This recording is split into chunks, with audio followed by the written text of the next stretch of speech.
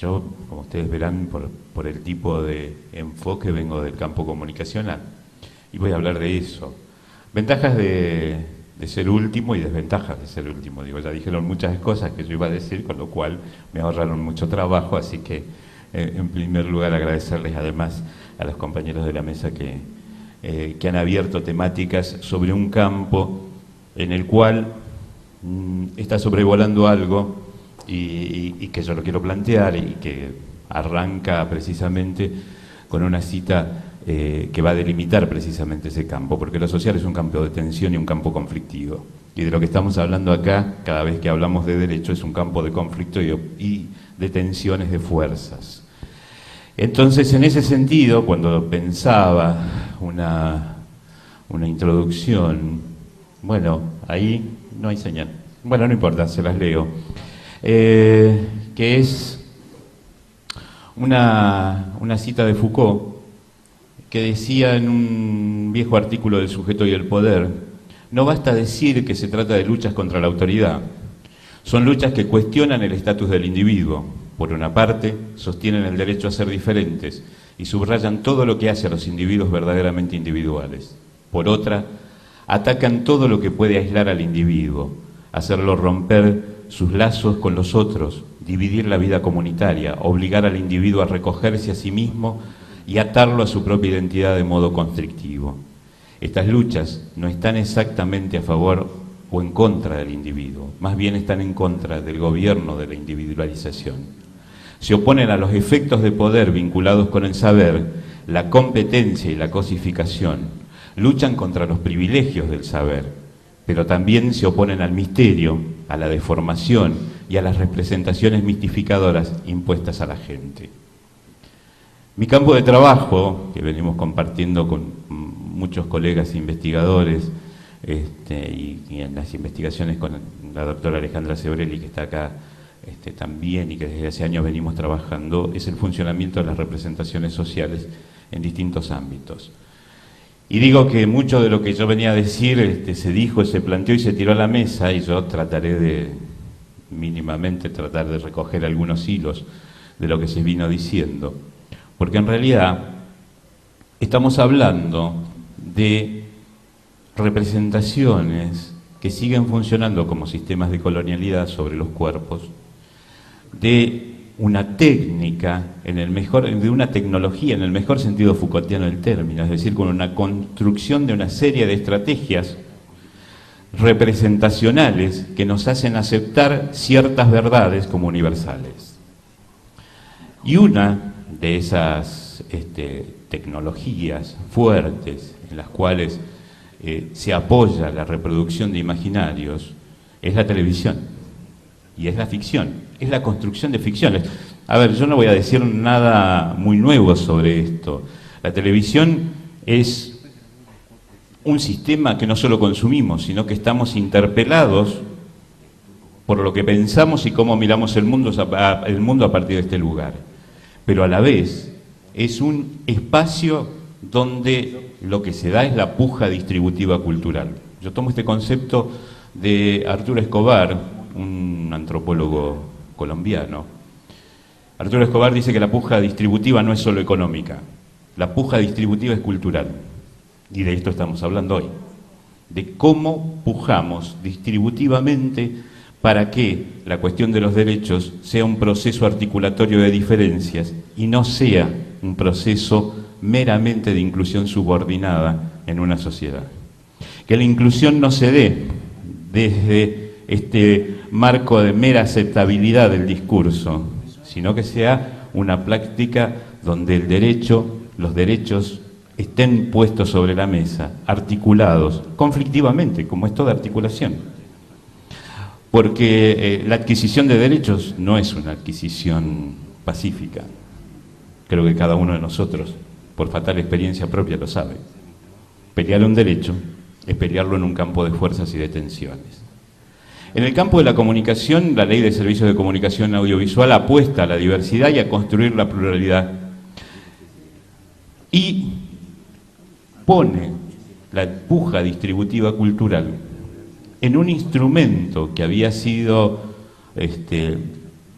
claramente denunciado desde la década del 40 en adelante, desde la década del 40 del siglo XX en adelante, por la Escuela de Frankfurt y que es el concepto de industria cultural, como un mecanismo reproductor de mentalidades.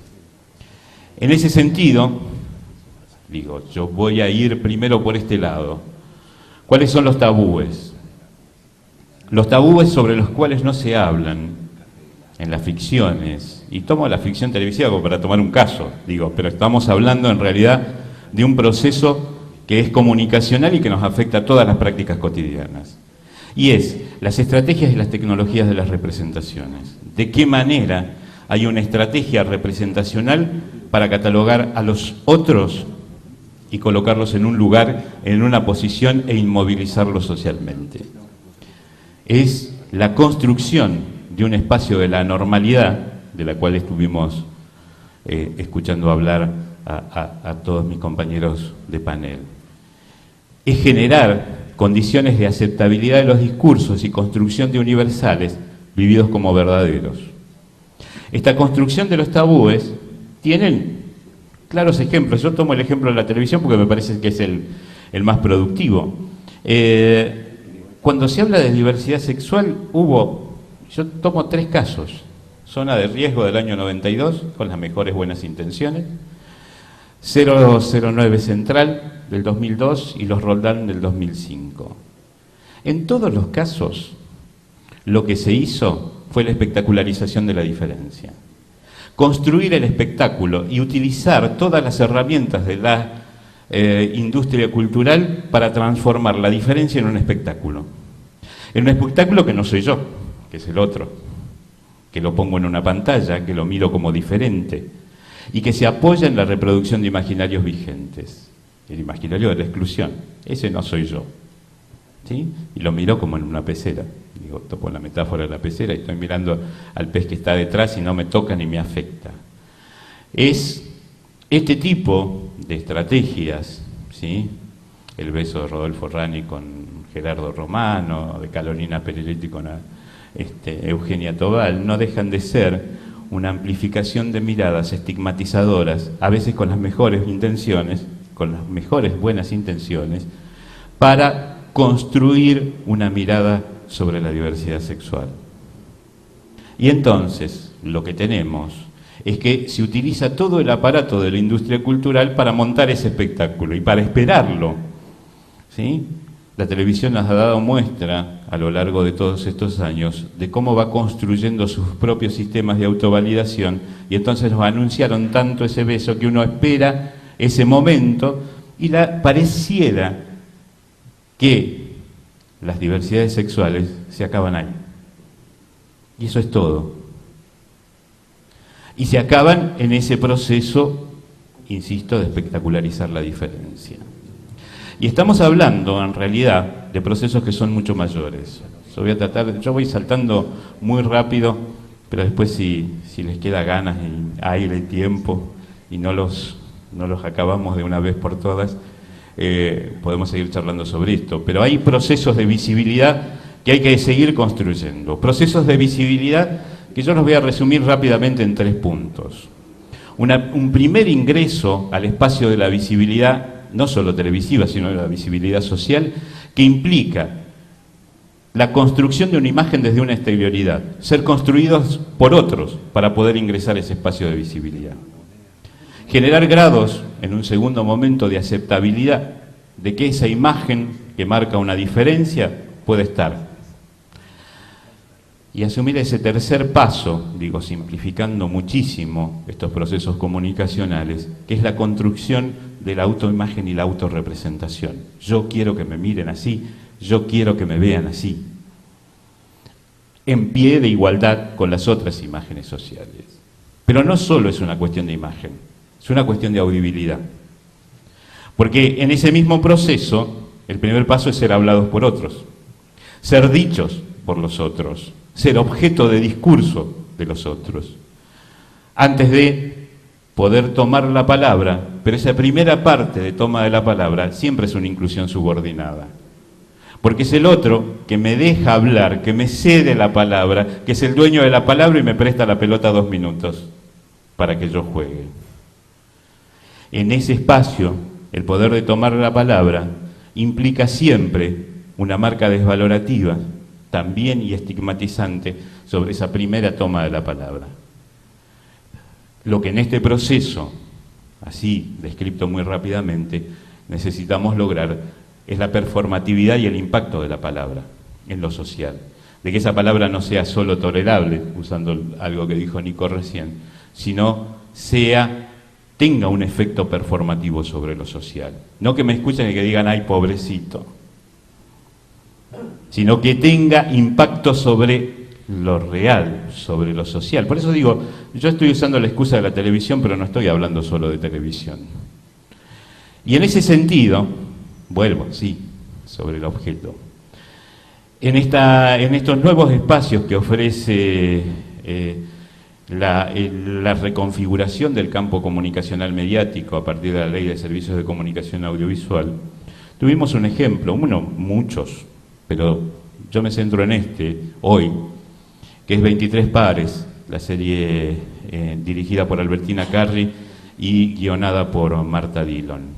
¿Sí? 23 pares cuenta la historia de dos hermanas, una abogada, una bióloga, que se hacen cargo de un laboratorio genético de los padres y siguen trabajando. Una de ellas es bisexual, pero no es el centro de la escena, no está anunciado como tal. Está construida la historia en paralelismos de tal manera que tanto la normal como la anormal le pasa lo mismo. No hay una determinación, se pelean, se desencuentran, el foco no está puesto allí. Y entonces, digo, ¿por qué tomo esta serie? Tomo esta serie además porque Marta y Albertina son pareja, tienen un hijo, ¿sí? Y me remito a una anécdota que cuentan ambas cuando fue Ernesto Tenenbaum a entrevistarlas en el contexto de la Ley de Matrimonio Igualitario, y cuando Tenenbaum presenta la nota en televisión, dice, la cito textualmente a Marta Dillon en una nota que le hace Clarín, dice, recuerdo de una nota que nos hizo Ernesto Tenenbaum, que cuando nos presentó en su programa, contó que había visto en nuestra casa y vio que teníamos los mismos libros sobre niños que él tenía en su casa. ¿Y qué esperaba encontrar? ¿Qué esperaba encontrar? Lo que está mostrando la anécdota, más allá de la anécdota, se espera encontrar la escenificación de una diferencia extrema. Así está construida comunicacionalmente, y esta tecnología de la comunicación de construir y reproducir representaciones a partir de un montón de posibilidades de amplificación.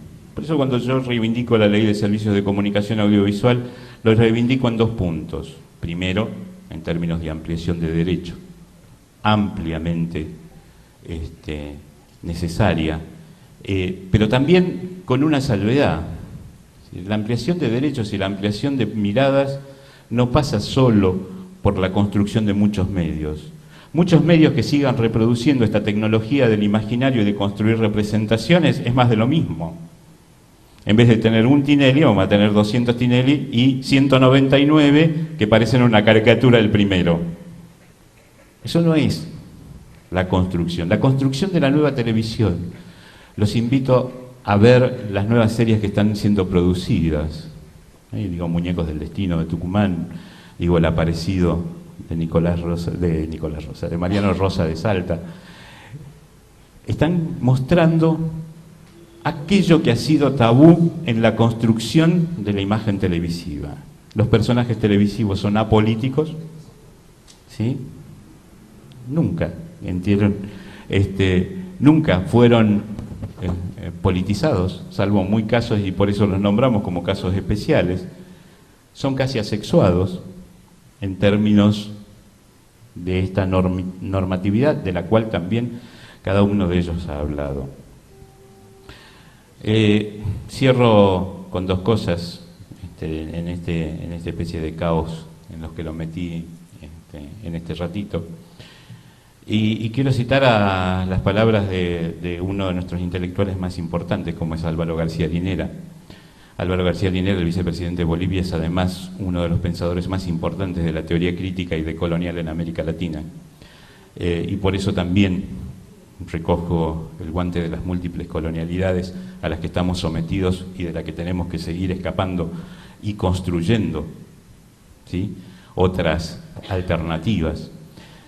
Álvaro García Linera dice: la genealogía del pensamiento descolonial es pluriversal, no universal.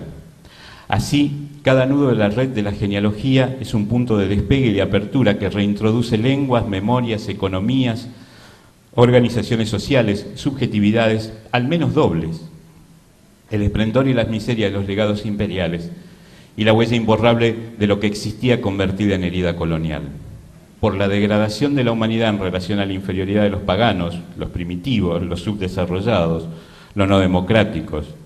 La actualidad pide, reclama un pensamiento descolonial que articule genealogías desperdigadas y ofrezca modalidades económicas, políticas, subjetivas otras.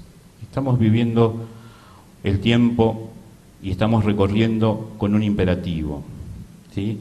Como decía Frantz Fanon, otro intelectual más que interesante para leer, cada época tiene sus misiones urgentes y sus propias opacidades.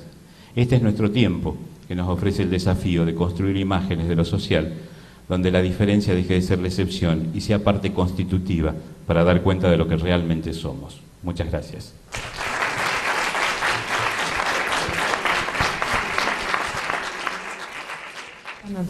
Yo pensaba que nos quedamos desde un lugar y por ahí nos volvemos, criticando la discriminación, nos volvemos discriminadores. Yo soy psicóloga y trabajo en el consultorio particular.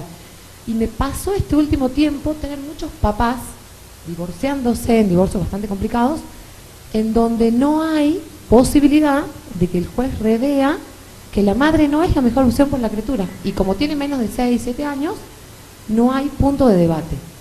Entonces ellos es más, los mismos abogados le dicen, no es aconsejable porque tiene que ser que sea adicta, que sea un peligro para la criatura, y si no, no hay forma de que se contemple al padre como una buena opción para que esa criatura, aun cuando el niño llora, lo pide, lo manifiesta con trastorno de aprendizaje y todo, y no hay forma.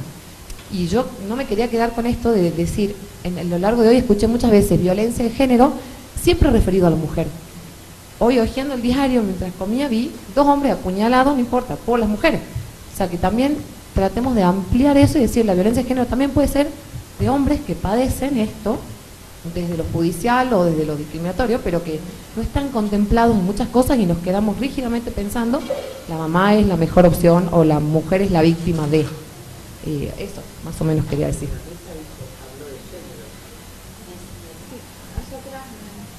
La violencia de género es uno de los sectores estructurales de la economía, porque si no salimos a buscar, cuando nosotros planteamos el género, se levanta un par de veces, yo lavo los platos. Claro, yo ayudo en mi casa.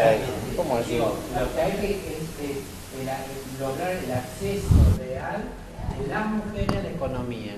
Solo el 1% de la fortuna del mundo le pertenece a las mujeres, y no porque la hayan hecho ellas mismas. Es la reina de Inglaterra, las princesas árabes.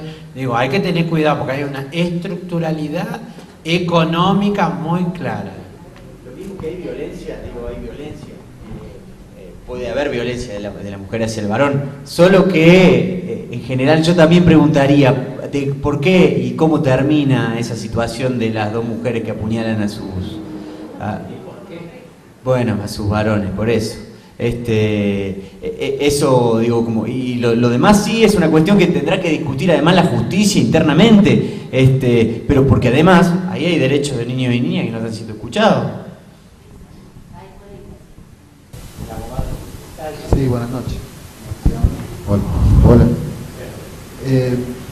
Pertenezco a un instituto de investigación penal que organiza la Escuela de Magistratura del Poder Judicial. Y, bueno, es relacionado a lo que dice la licenciada.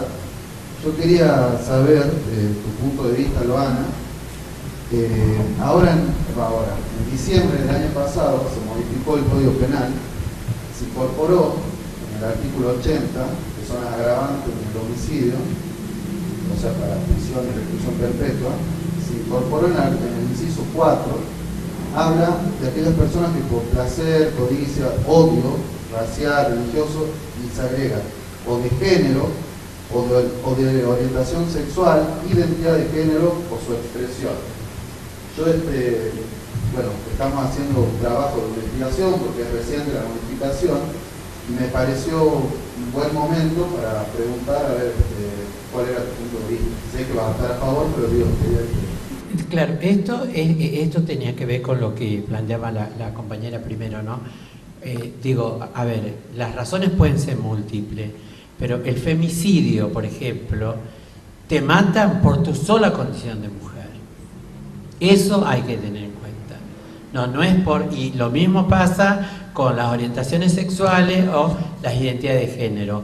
No importa la situación, te matan por ser una travesti. El travesticidio también es un tema que nosotros planteamos, o cuando en Córdoba, el caso de Pepa Gaitán, el padrastro le da un escopetazo, pero no porque la chica era hermana, trabajaba, como puede ser cualquiera, porque le grita claramente por su condición de lesbiana. Y después, curiosamente, apoyada por el cuerpo forense y por el cuerpo, por la pericia psiquiátrica, se opusieron a que apareciera como un agravante su muerte. Que nosotros todavía el caso lo seguimos, estamos tratando de llevar a la Corte Nacional, ¿no? Pues no, ¿por qué la mató? Pues hay miles de razones. Pero el agravante ahí realmente era porque ella era lesbiana, el padre se lo manifiesta y le da un escopetazo. Entonces, esto tiene como una estructuralidad mucho más fuerte que hay que empezar a ver, ¿no? O lo mismo pasa cuando se plantea la discriminación, porque ahí no es una cuestión de discriminación. Hay que como ver mucho más allá, no solo por ser hombre, como tampoco por ser mujer, pero también habría que cuestionar todas las leyes. Mientras las leyes sigan siendo sostenidas en el paradigma de la familia, y la familia piensa como madre, padre, 2 niños blancos, y nada más, se piensa en ese paradigma, ¿no? O como el otro día vieron el caso de la niña trans que le cambiaron el DNI. Entonces, en una radio me hacían un reportaje. El señor, todos los prejuicios los encarnaba él. Y entonces me decía, bueno, pero Loana, escúcheme. Y me seguía hablando. Arranca la nota diciendo, porque la madre, él relacionó con otro tema, de una chica de 22 años que, un hombre trans, o sea, una mujer, para que se entienda, quiere tener su identidad de varón. Fue cooptada, le dieron... Bueno, mire, 22 años medio imposible. Segundo, nosotros luchamos públicamente, somos personas conocidas, organizaciones conocidas, intervino el INADI, ¿dónde está la cooptación ahí? ¿No? Y segundo, dice, no, porque la madre, le daba un poder a la madre. Le dije, mire señor, hay madres que matan a sus hijos. Una cuestión es el hecho de poder parir un hijo y otro después de asumir el rol de madre. Hay madres que abandonan a sus niños y que las vamos a juzgar por eso. No, o sea, vos fíjate, la única identidad que tiene muchísimo peso en esta sociedad es la maternidad. No está legislado el matrimonio, por ejemplo. No hay una ley que diga que vos te tenés que casar como nosotros. Sin embargo, son leyes leyes sociales que no van a ser derribadas rápidamente, digamos. Y lo mismo pasa con la maternidad. La maternidad nadie dice ni obliga acá a tener hijos, pero sin embargo, sabes que sos pasible a una condena social. Algo le pasa, algún problemita tiene, ¿por qué no? Y es distinto cuando es ella la que no puede engendrar que él. No, él está estresado, está cansado. ¿Qué le dicen los psicólogos? No, váyase de puta, tómese un whisky y pasó todo. A la mujer le empiezan a dar tantas pastillas que después parece un cepelín de gorda. Entonces, estos controles todavía siguen existiendo. Y con esto del cambio de ley, nosotras, por supuesto que vemos bien que se empiece, la ley que era de la Rúa, la ley antidiscriminatoria, curiosamente no nos había incluido a nosotros y a nosotras, cosa que nosotras ya éramos organizaciones que probábamos existencia en términos políticos, no se nos escuchó, no se nos incluyó. Entonces, para mí, los casos estos de que los gays llaman muerte por odio, creo que es, ¿no? Que es visto cuando se levanta por su sola condición de gay, ¿no? O la cuestión del Día Mundial contra la homofobia, que nosotros cuestionamos que se diga homofobia, lesbofobia, transfobia y todo eso.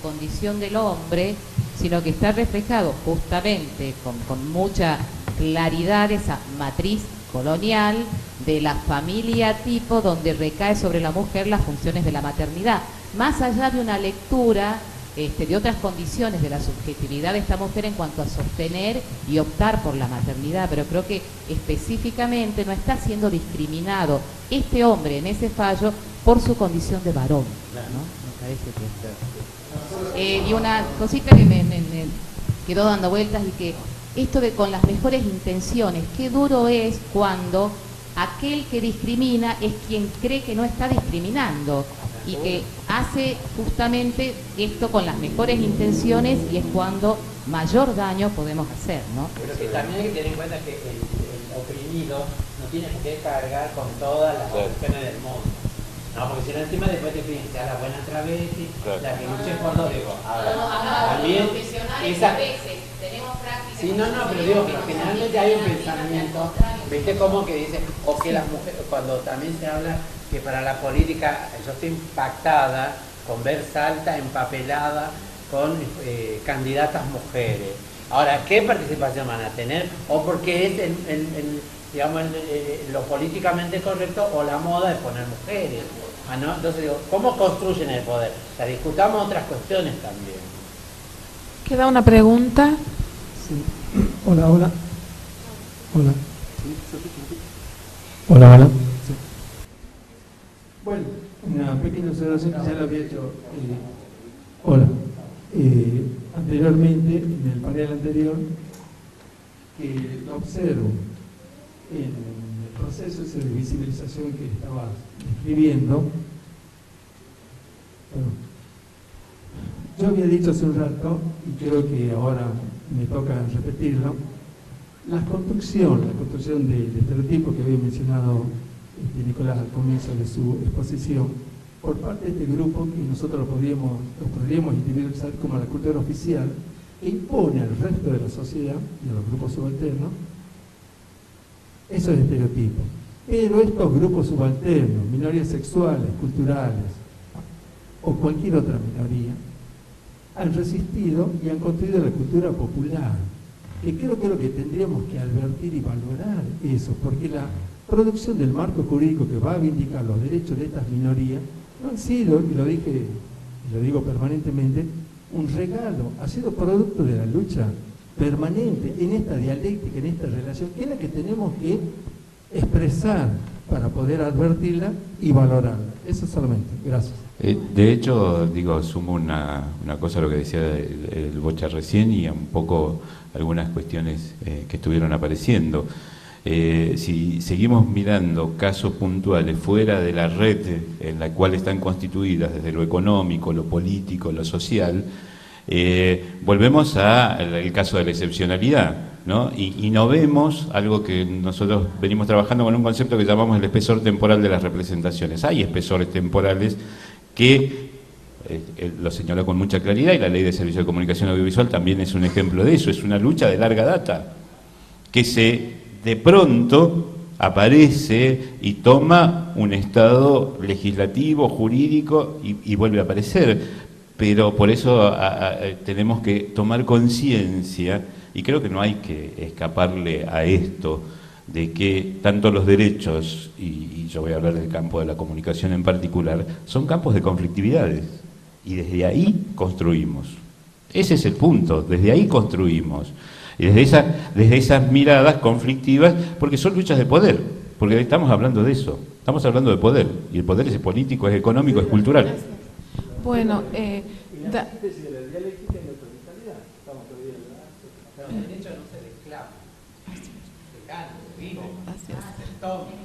se ejerce.